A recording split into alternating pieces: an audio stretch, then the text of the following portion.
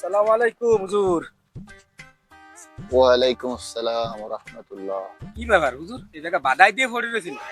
ঘটনা কি? ওই আছি, তোমাদের দোয়ায় আল্লাহ রাখছে। তা শুনলাম আপনি বলে বিদেশ থাকতেন। জামা কাপড়ের যে হাল, দেখে তো মনে হচ্ছে গ্যারেজে কাজ করেন। বিদেশ তো থাকতাম তো আরো 10 বছর আগে, এনে তো তাই না। পুরন জামা কাপড় গাইতে ঘুরতি না। এনে কি হয়েছে এভাবে পড়ে রয়েছেন কে? মসজিদ যাবেন নে?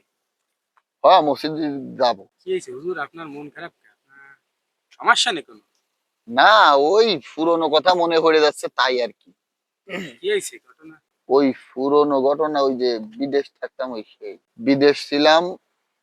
17 বছর বিদেশ ছিলাম, তাই 14 লাখ টাকা দিয়েছিলাম শ্বশুর। ওই বিদেশে তো ফাটাইছিলাম আর কি, মা বাপের দ্বারে ফাটাই নিয়ে ভেঙে খেয়ে ফেলে দেবে। তাই ওই শ্বশুরের দ্বারে ফাটাইছি। শ্বশুর সেই 14 লাখ টাকা দিয়ে 3 বিঘা জমি কিনছে, अच्छा। তার নিজের নাম। টাকা পাঠাইছেন আপনি, শ্বশুর নিজের নামে কিনেছে? পর ভালো। কিনার পরে আমি খবর পাইছি, খবর টবর পাইতে আমি একটু ঝগড়াঝাটি বকাবকি করার পরে শ্বশুরের সাথে সম্পর্ক এখন তো নষ্ট হয়ে গেছে। বছর খানেক পরে শুনি কি খেলেন নিবুঞ্চাস চলে আমার সে বউডারও আর একজনের সাথে দিয়ে দিছে। আপনার বউ আর এক জায়গায় বিয়ে দিয়ে দিছে? আমার টাকাও তো নিয়ে গেছে, আর তার মায়েও আর এক জায়গায় বিয়ে দিয়ে দিচ্ছে। এই হচ্ছে ব্যাপার। সেই কথা মনে পড়ছে তাই আর কি বসে রয়েছে। আচ্ছা ইমাম সাহেব, এই যে যে কাজটা আপনি করলেন, নিজের বাপ মার কাছে টাকা না পাঠায় শ্বশুর শাশুড়ির কাছে টাকা পাঠাইলেন, এই কাজটা কি ভালো করলেন? রক্তের সম্পর্কের কাছে টাকা না পাঠায় কেউ বাইরে টাকা পাঠায়? আমার মাথায় ধরে না, আপনারা কি বুঝে কি করেন? আপনারা জানলেও না মানুষ, জ্ঞানী গুণী মানুষ, এরকম ভুল করেন? আসলে যে কাজ করা ঠিক হয় নাই এমনি বুঝতে পারতেছি। ওই আমার আব্বার কাছে যদি টাকা পাঠাতাম, তাহলে অন্তত আমার আব্বা অর্ধেকটা রাখলেও তো রাখতো, মা আব্বা এরা সব খুশি হয়ে যেত। তো বিদেশ করে যা কামাইছিলাম সব ওরা খেয়ে ফেলাই দিচ্ছে, শ্বশুর বাড়ির ওরা সব খেয়ে ফেলাই দিচ্ছে। কি রেখাইছে?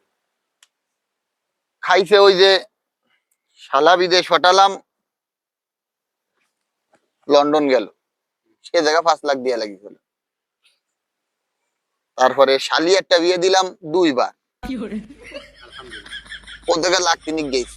আলহামদুলিল্লাহ। শ্বশুর কেন্দ্রে পড়ে না দিলি হয় না। ওই দিনা টিনা হয়ে ট্রেড দিই, পরে বেতন বেতন পালি আস্তে আস্তে দেখ শোধ দিই। হঠাৎ একদিন বউ ফোন করে করছে, আমার শারীরিক সুস্থতার খবর জিজ্ঞেস করে আমার বউ বলতিছে আমারে যে একটা দুঃসংবাদ আছে। তো কি করছে কি, ওই আহ, আব্বার ওই আমার আব্বার ওই ইসির পরে এত বড় একটা ইয়ে হয়েছে। আমি বলছি কিসির পরে কি হয়েছে, খুলে বলো, ক্লিয়ার বলো। বলছে তুমি জানো না ওই ইসির পরে ঠিক এইরকম একটা ইয়ে হয়েছে। আমি বলছি, আরে তোর আব্বার কিসির পরে কি হয়েছে একটু ক্লিয়ার করে কথা, ইসির নাম কি? তা কছে ওই অন্ডকোষের পরে এত বড় একটা টিউমার হয়েছে, ওই টিউমার লিক করতে হবে। আমার শ্বশুরের ওই অন্ডকোষ অপারেশন করতে যায়, অন্ডকোষ লিক করতে যায় তো উনি 7 লাখ খরচ গেছিল। আমি 4 লাখ দিয়েছিলাম, আর ওরা কোয়ান্তে সুদের মধ্যে ওরে সুদ করে ফ্যামিলি তো, ওরা সুদের মধ্যে ওরে আর 3 লাখ আনিছিল। এরপরে বিভিন্ন দিক দিয়ে অর্থ সম্পদ সব হারায় টেরায় আমি ওই দেশ বিদেশ ইমামতি করে বেড়াই। হুজুর, সবই তো বুঝলাম, তো আপনার বউ সালমে কি আলো? মৌসল মে কে হবে আছে হুজুরের সাথে তুই বেশি জানিস। হয়, বিষয় হচ্ছে কি, বউ নাই। বউ তো আমি ওই বিদেশ থাকতেই হিজরতে চলে গেছি, একদম জীবন চিল্লাই গেছি। আর ওই যে আমার শ্বশুর আর এক জায়গায় বিয়ে দিয়ে দিছে, বার হয়ে চলে গেছিল, পরে আর এক জায়গায় বিয়ে দিয়ে দিছে আমার শ্বশুর, তাই এটিও বিয়ে দিয়ে দিছে। একজনের বউ আবার শ্বশুর বিয়ে দিয়ে দিল কি? এমনি তো আর আমার দরকার হচ্ছে না, টাকা পয়সা যতদিন আমার কাছে ছিল সে সময় আমার শ্বশুর আমার কাজে লাগাইছিল, কিন্তু টাকা পয়সা তো আর আমার কাছে নাই, এই জন্য আর আমার কাজে লাগ। তো এমনি আমার দুর্দিন, আমার কাছের মানুষ সব দূরে চলে গেছে। আর যে সময় সুদিন ছিল বিদেশ ছিলাম, সে সময় সবাই নিয়মিত ফোন দিত, খোঁজ খবর নিত। আর আমি প্রথম প্রথম যে সময় গেছিলাম সে সময় তো সিটির যুগ ছিল, তা ও সময় চিঠিও লাগতো অনেক। কিন্তু এনে দুর্দিনই পড়েছি, এই যে এই মসজিদে 5 দিন ইমামতি করার পরে দেখা যাচ্ছে যে চাকরি চলে যায়, আর এক মসজিদে যাই, আর এক মসজিদ 2 মাস 3 মাস এইভাবে চাকরি করি, করতে করতে দেখা যাচ্ছে যে দেশ ঘুরায় যাচ্ছে। দেশের কেউ, আমার এলাকার কেউ সাথে আমার যোগাযোগ নেই, কেউ খোঁজ খবর নেয় না, কেউ খোঁজ খবর নেই। আত্মীয় স্বজন কেউ খোঁজ খবর নেয় না। আরে দুনিয়া, এই হচ্ছে দুনিয়া। দুনিয়াতে এই অবস্থা, আর আখেরাতে কি হবে আমাদের?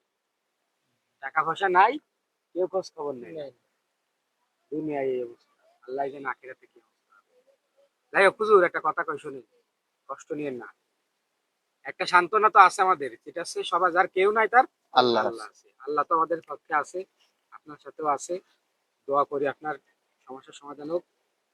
নামাজ কালাম করতেছেন, করেন, আমাদের জন্য দোয়া করেন, আপনার এই সমস্যার সমাধান হোক, এই কামনা করি। আর আপনার না খালি, আপনার মতো যারা এই যে বাংলাদেশে যারা প্রবাসী আছে, ভাই ব্রাদার যারা আছে এই বিদেশে থাকে, তাদের সুসময়ে মানুষ ফোন দিয়ে দিয়ে এটা চাই ওটা চাই, কেমন যেন তারা একটা মিল ফ্যাক্টরি। ও ভাই আমার এই লাগবে, ও ভাই আমার ওই লাগবে, আমার মোবাইল লাগবে, আমার মায়ের বিয়ে দিতে হবে, আমার এই করতে হবে, বাইক নিয়ে কয় এই মানে একদম সমস্যা তাকে তার শেষ নাই। তারা যে খালো কি খালো না এটা কেউ জিজ্ঞেস করে না। তো আসলে তাদেরকে আসলে টাকার মেশিনই ভাবে, কিন্তু আসলে তারা যে একটা মানুষ এটা তারা ভাবে না, ঠিক আছে? কেউ বলে না। আজকে দেখো একজন আলেম মানুষ, তারে সর্বশান্ত করে দিচ্ছে, তার আর কিছু নাই। শুধু আমি না, এরকম বাংলাদেশে প্রতিনিয়ত হাজার হাজার প্রবাসী সর্বশান্ত হচ্ছে, প্রতারিত হচ্ছে। কিভাবে মানুষ কি বিশ্বাসে বিদেশে যাবে? একটা নারীর কারণে কিন্তু একটা পুরুষ বিদেশে যায়, সেই নারী ছলনা দিয়ে টাকা পয়সা নিয়ে চলে যায়, আর সে দেশে নারী নাই। হায় আফসোস, নারী জাতি কবে বুঝবে? তবে সবাই খারাপ না, কিছু নারী জীবনটাই কাটা দেয় স্বামীর জন্য, আবার কিছু নারী কিছু টাকার কারণে বাড়ি ধরে অন্য ধারে, তাই না? এই দুনিয়াটার খেলাই এরকম। হুজুর হাজুর পড়েন, নামাজ কালাম পড়েন, আল্লাহর কাছে দোয়া করেন, আল্লাহ এই সমস্যার সমাধান করুন। চলেন মসজিদে হয় আসি, ওই জিকিরি ফিকিরি আসি। চলেন, এই কাটিয়ে যাবে এক কেজি, এইভাবে কাটবে আসেন এইদিকে মসজিদে।